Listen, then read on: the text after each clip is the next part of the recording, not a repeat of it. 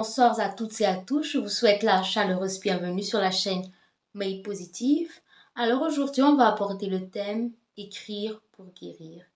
Lorsque tu te retrouves submergé par tes émotions, que ce soit de la tristesse, de l'amertume, de la colère, et que tu ne sais pas trop comment faire pour passer à travers cela, pour surmonter cela, je te recommanderais tout simplement l'écriture, de mettre des émotions sur papier afin de pouvoir guérir.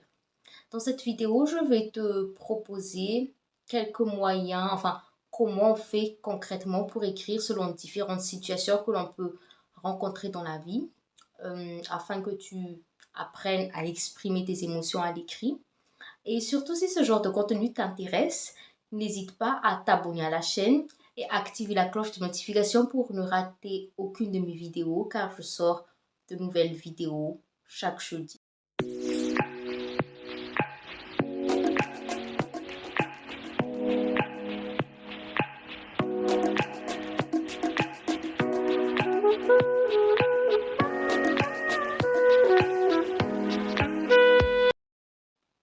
Alors la première situation que je vais t'exposer, c'est lorsque l'on fait face à un deuil.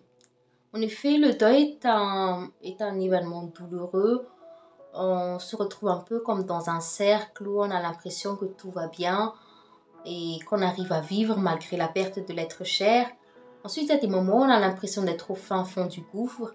On a l'impression de toucher le fond et d'être tout simplement submergé par nos émotions, cette tristesse et ce manque.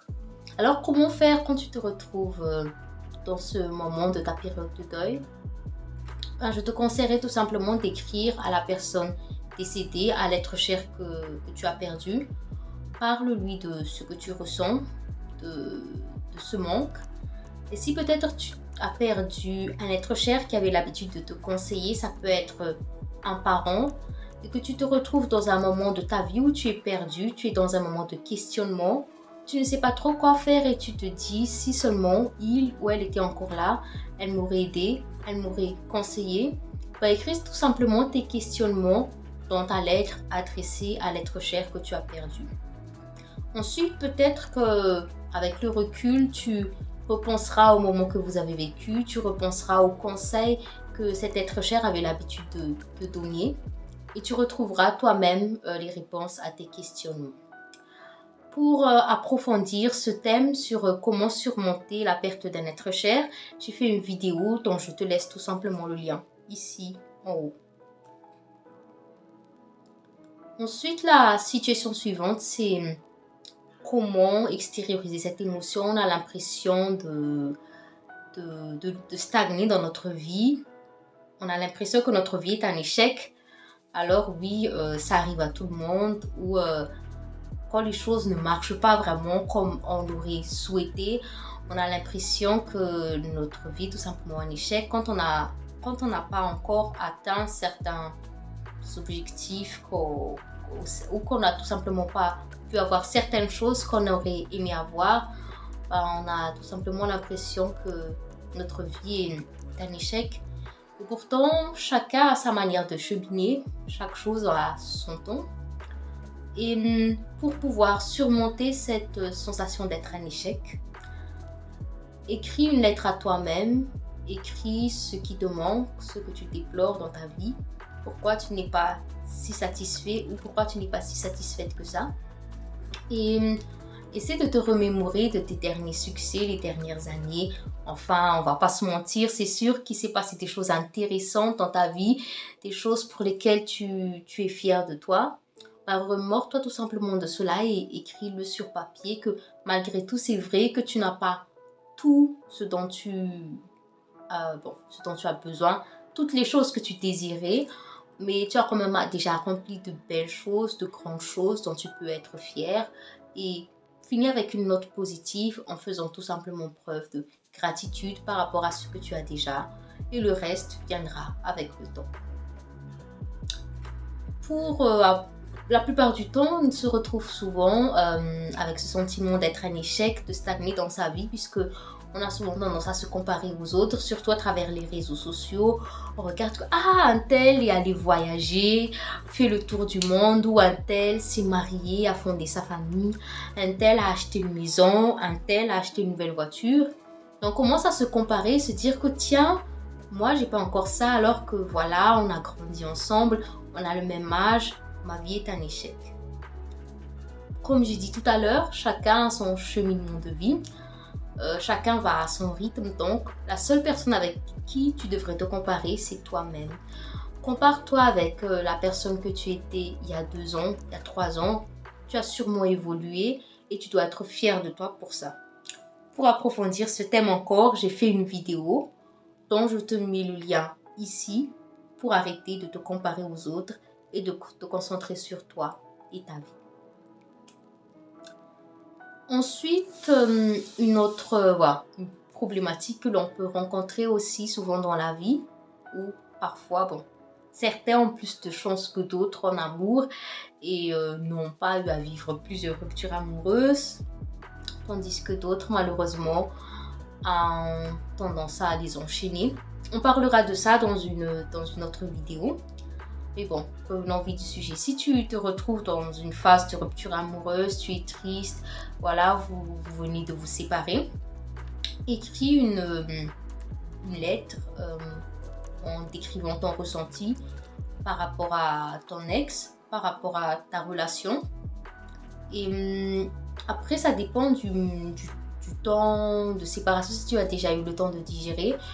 Écris aussi comment tu te sens par rapport à cette relation. Fais un bilan, quels étaient les points négatifs et positifs de cette relation et quelles sont les leçons que tu as tirées. Vraiment, le bilan, c'est déjà la partie où tu as quand même déjà fait un certain travail, tu as quand même déjà digéré la nouvelle, donc tu es en capacité de faire ce bilan. Mais si la séparation est encore fraîche, écris tout simplement ton ressenti par rapport à ton ex. Et surtout, fais attention. Quand je dis écris ton ressenti par rapport à ton ex, je ne te dis pas d'aller écrire une lettre et de lui envoyer pour l'insulter. C'est tout simplement pour toi, pour que tu puisses ressortir tes émotions négatives. Et si tu veux en savoir plus sur les différentes clés, les différentes étapes pour surmonter une rupture amoureuse, j'ai aussi une vidéo pour toi, dont je te mets le lien là. Donc voilà. Quant à la prochaine situation où on peut se trouver dans la vie, c'est si tu te sens perdu. On a tous ce moment où on a l'impression que notre vie est un cycle voyage, à des moments, des années successives, tout va bien, tu as de l'énergie, tu as envie de faire tellement de choses. Tu es tellement ambitieux, tu as envie d'atteindre tes objectifs et à un moment, tu commences à te remettre en question. Tu te dis, stop, j'ai l'impression que ma vie n'a pas de sens, je me sens perdue. Si tu as ce ressenti, écris aussi une lettre à toi-même. Ça sera beaucoup plus une forme d'introspection. Tu t'écris une lettre où tu expliques ton ressenti, que tu te sens perdu. Ensuite, remémore-toi des situations auparavant. Avant cette phase où tu t'es senti perdu, comment tu te sentais, quels sont tes accomplissements. Et là, à travers cette comparaison de comment tu te sens maintenant et comment tu t'es senti avant, tu pourras un peu retracer le cours des événements et voir un peu à quel moment tu t'es perdu, quel était l'élément déclencheur, quel événement a déclenché cette sensation d'être perdu tout simplement. Et après que tu aies retracé le cours des choses, que tu aies vu l'élément déclencheur, essaie de te projeter. Prends vraiment le temps de te poser la question, qu'est-ce que tu aimerais vraiment? Quelles sont tes projections pour le futur? Qu'est-ce que tu aimerais changer dans ta vie? Et mets tout cela sur papier. Pour approfondir ce thème sur comment faire lorsqu'on se sent perdu, j'ai aussi une vidéo pour toi dont je te mets le lien ici. Après avoir écrit la lettre selon ta situation, selon ce que tu traverses, tu peux la relire autant de fois que tu veux et vraiment te vider de tes émotions. Si tu reçois le besoin de pleurer, pleure. Après, je dis, si tu ressens le besoin de pleurer, pleure. Je ne te dis pas de rester couché dans ton lit et pleurer pendant des jours et des semaines. C'est important de se vider de ces émotions négatives, mais il ne faut pas aussi rester trop longtemps dans cet état. Donc, une fois que tu ressens que voilà, tu t'es vidé, tu as pleuré, tu peux te chercher des activités qui t'apaisent et qui te redonnent la joie. Ça peut être passer du temps avec tes amis, ta famille, pratiquer un sport, peu importe. Retrouve-toi une activité qui va te permettre de rebondir et de retrouver ta joie de vivre.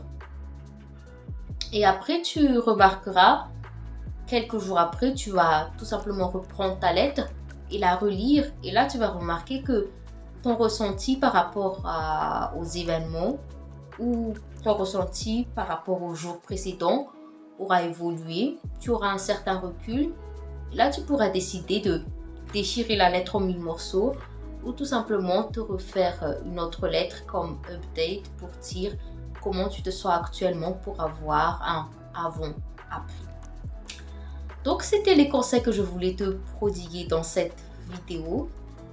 Si tu te retrouves face à des événements qui te dépassent, tu te sens désemparé, tu ne sais pas comment faire pour t'en sortir et tu ne sais pas vraiment vers qui te tourner pour te confier, puisque voilà, parfois il y a des moments où on passe par des choses dans la vie et qu'on veut partager cela avec notre entourage, mais que voilà, ils ne sont pas forcément en mesure de comprendre la situation par laquelle on passe et c'est encore plus frustrant du coup.